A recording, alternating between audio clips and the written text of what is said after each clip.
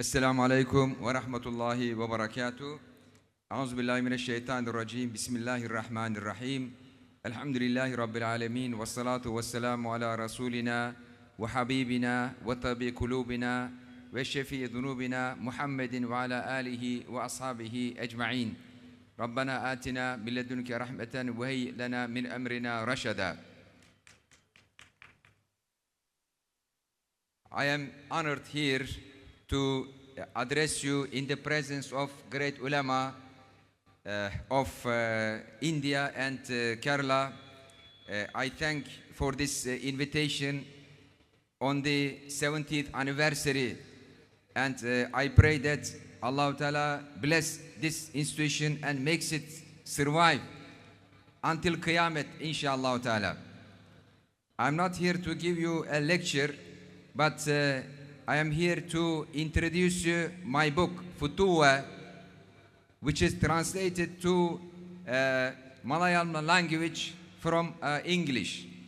So in my talk, I will mention briefly what's Futuwa and why it's needed today. An introduction about the content of the book. So Futuwa means in English noble character, altruistic ethics, or simply put, putting others first. So it is translated to Malayalam language, but we did not translate the concept of Futuwa, because Futuwa is a well-rooted Islamic concept, and better not to translate it and keep it. This concept means adab. It means husnul khuluq. It means makarimul akhlaq. And also it means hukukul ukhuwa, rights of brotherhood.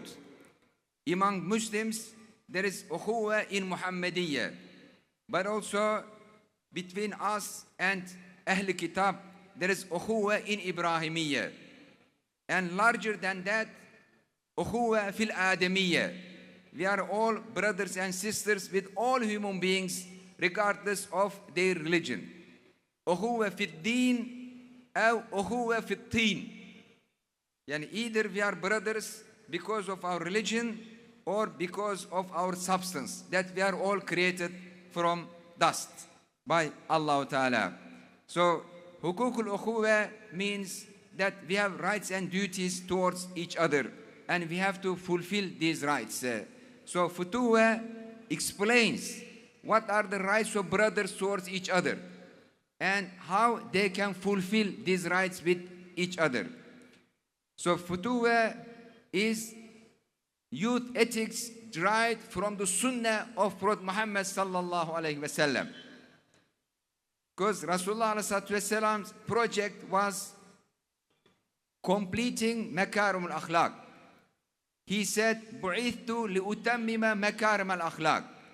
I am sent to perfect, to complete the best of morality. So if this was his project, it should be our project as well. So today we should also focus on makarim al-akhlaq, and we should try to perfect morality, makarim al-akhlaq. This is the best way of gaining pleasure of Allah Ta'ala. This is the best way of gaining paradise from Allah Ta'ala. And makarim al-akhlaq is based on hukukul ukhuwa, rights and duties of brothers towards each other. And the first person who wrote a special book on Futuwa was Abu Abdurrahman as-Sulami. He wrote that book more than 1,000 years ago. And before that, other ulama, they talked about Futuwa, but in chapters in their books. But the first book was written 1,000 years ago. So this is a rooted revival. A rooted revival, this is a tajdeed muassal. We are reviving something that existed in our religion and civilization, but it's forgotten today. And Khalifa al-Nasir Billah, during the Abbasid period, he established an organization called Fityan, and he declared himself as the Ra'isul Fityan, the chief of the fityan, the feta. Because feta means someone who adopts and practices futuwa. And it's mentioned in the Quran that the symbol of futuwa is Sayyidina Ibrahim alayhi salam. Because he was a feta. This is how he was mentioned in the Quran. And all the messengers of Allah, these are role models of futuwa. And futuwa is the ethics and morality of all messengers of Allah. Accepting them as role models and practicing their akhlaq. Like be like Sayyidina Adam. And when you make a mistake, make istighfar. Be like Sayyidina Nuh. Regardless whether people listen or not, keep telling them the truth. Be like Sayyidina Ibrahim.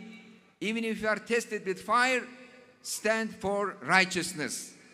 And be like Musa alayhi salam. Speak truth to anyone.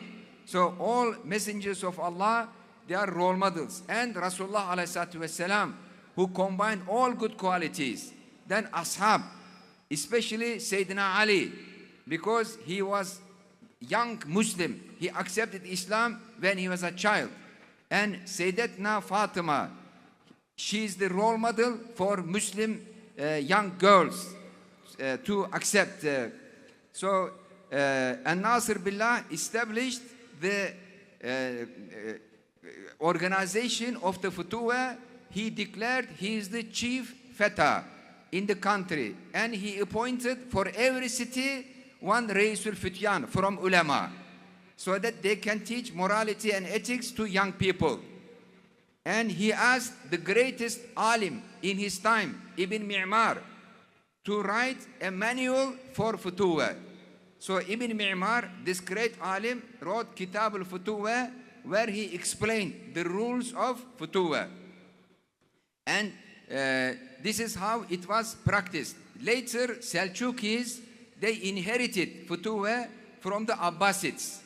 But they established two organizations, one for boys, one for girls.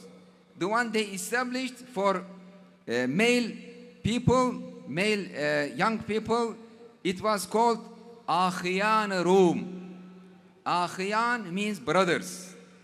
And then they established another one for girls. They called it Bajiyan. Baji means sister in Persian. Bajiyan means sisters, plural. So Akhiyan for boys, Bajiyan for girls. So this continued until the collapse of the Ottoman Empire. And the Selçukis also developed a symbol for Futuwa. It's 8-corner star. 8-corner star. I have it here. 8-corner star. Why 8-corner? Because paradise has 8 doors. And each corner represents one value of Islamic akhlaq from the sunnah of Rasulullah, like showing compassion, having sabr, and giving priority to others, isar, and practicing justice. You know, these are the 8 values.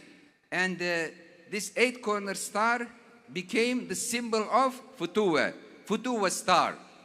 And in Islamic architecture, wherever you go, you see 8-corner star. But people don't know its meaning. It's called Khatmul Jannah, seal of paradise. Because paradise has 8 doors, and this star represents paradise with 8 corners. And when you practice Futuwa, you enter paradise. That's the meaning of it. And also, 8 corner is produced by 2 overlapping squares. One square represents the dunya, the other square represents the akhirah. So that means ad-dunya mazra'atul akhirah. So you use your life in this world to be able to gain paradise. So that's the symbol of Futuwa, which is an 8-corner star. So today, why do we need Futuwa? Why do we need makarim al-akhlaq? Why do we need husnul khuluq today? Because today, our youth, under the threat of postmodern ideology, postmodern ethics, and postmodern ethics denies the existence of truth. They say there is no truth. They call themselves post-truth. So there is no truth. So this is very dangerous, not only for Muslims, but also for humanity. Who denies existence of truth? Only someone who's drunk or someone who took opium. Only such a person denies that there is no truth. That's why I say postmodernity is the opium of humanity. Post-truth is the opium of humanity. To make everybody say there is no truth. If there is no truth, how are we going to live our life? How are we going to decide what's the right thing to do? They say, if you feel good, do it. Just rely on feelings. But feelings are very subjective. How can we rely on feelings? And Allah Ta'ala described this, أَفَرَأَيْتَ مَنِ اتَّخَذَ إِلَهَهُ هَوَاهُ. Didn't you see the people who take their feelings as their ilah, their feelings as their God? They follow the sharia of their feelings, the orders of their feelings. And this brings people to asfal safilin. They become like animals, because animals act by following their feelings only, their shahawat, their nefsaniyat only. So today, this is spread all over the world. And I observed this in my students. When I saw that my students getting influenced by this postmodern ethics, which is egocentric, relativist, subjectivist, and alienates people to Allah, to Quran, to all religions, and also to each other. It makes them egocentric, just selfish. Then I said, I have to find a solution to this. And after making research, I realized the best way to teach ethics and morality to our youth is reviving the Futuwa. This is what I call rooted revival, at-tajdeed al-mu'assal. We need to revive makarim al-akhlaq, the Sunnah ethics, and present it to our youth. This is very important for the sustainability of our youth. Reviving Islamic ethics by Futuwa is very crucial for the sustainability of our communities, for the sustainability of our civilization, and for the sustainability of humanity in general.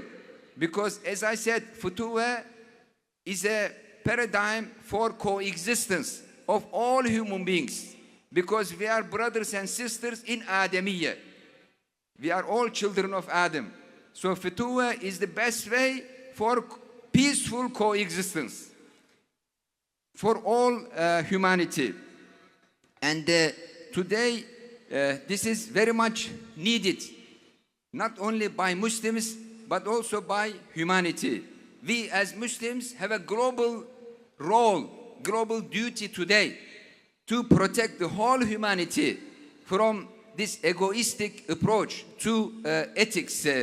And as Rasulullah did, our job, our duty, our vision should also be establishing and perfecting makarim al-akhlaq.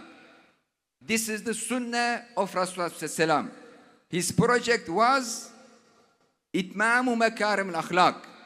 And today, our project should also be itmamu makarim al-akhlaq. Because everything, politics, law, economics, family, everything is grounded, founded on principles of morality and ethics. If we revive akhlaq, then many of the problems that we face today will be solved. And this is what we need for the survival, for the sustainability of the ummah, for the sustainability of Islam, for the sustainability of human civilization. Jazakumullah khairan. Wassalamu alaikum wa rahmatullahi wa barakatuh.